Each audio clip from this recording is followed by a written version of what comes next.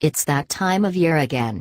The calendar is about to reach its end, Star Trek Cats 2018 is about to take its place, and I'm reflecting about all the cars that graced my driveway this year or summoned me to exotic places. You know, like Stuttgart or Phoenix.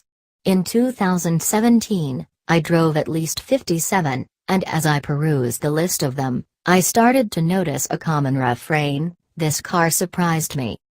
Most were pleasant surprises, but there were a few head-scratchers and facepalms for good measure. In both cases, it was generally the result of car companies seemingly trying to break out of an existing mold. Nowhere was that more apparent than the pair of Lexuses slathered in infrared paint, the LS 500 that left me this week and the LC 500 that was my favorite car of 2017. Though Lexus has been trying to shake its crusty, gold-packaged reputation for some time now, its efforts always seemed like an old man choosing Hollister to redo his wardrobe after realizing it hasn't been updated since 1987.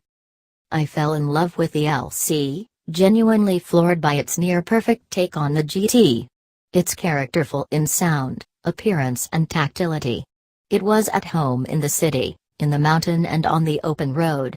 It was both comfortable and thrilling, and after driving the mechanically related LS 500, I can report that the LC's talents aren't an outlier.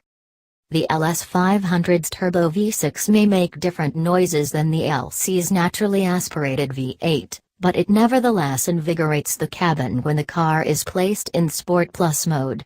The steering is truly communicative, body motions are kept in miraculous check, and I absolutely forgot I was in an enormous luxury limo, and a Lexus one at that. It was everything that the BMW 530e was not. I drove that on the exact same roads and was utterly bored the entire time. Generally doughy, lifeless steering, more distant than Planet 9. And no, the plug-in hybrid powertrain had nothing to do with that. At least it shouldn't. The Porsche Panamera SE hybrid I also drove this year proves that, as do the Hyundai Ioniqs, which are surprisingly adept and fun little cars regardless of what powers their wheels. Hyundai plus hybrid equals fun really blew me away. I would drive that Lexus LSF Sport over the BMW 5 Series any day of the week, which seems like a shocking thing to say in relation to either car. While Lexus is seemingly breaking out of its old crusty mold, BMW seems to be climbing into one. And no, I'm unimpressed by ever-increasing horsepower and ever-decreasing 0-60 times. Now, while BMW made a stinker, Kia made a stinger. Vehicle dynamics have long been the missing piece in Kia's build a great car puzzle, and the stinger shows the company may have finally found it, or at least be on the right track. I'm guessing that the mechanically related Genesis G70 will make a similar impression in 2018. On the other hand, the Kia Optima Hybrid was without question the dullest car I drove this year. It was even beige. Which certainly goes to show the folly of having expectations based on brand.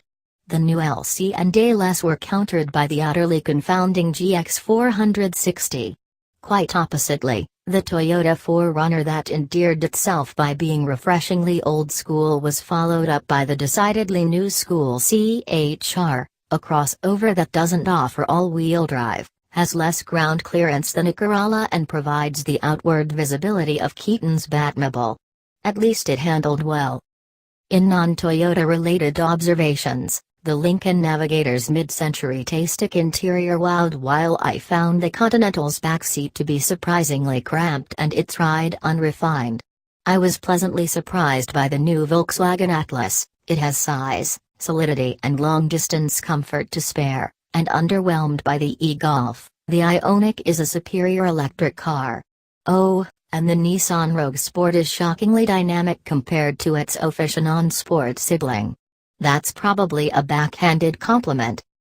Oh well, here's to more surprises in 2018. Well, automotive ones at least.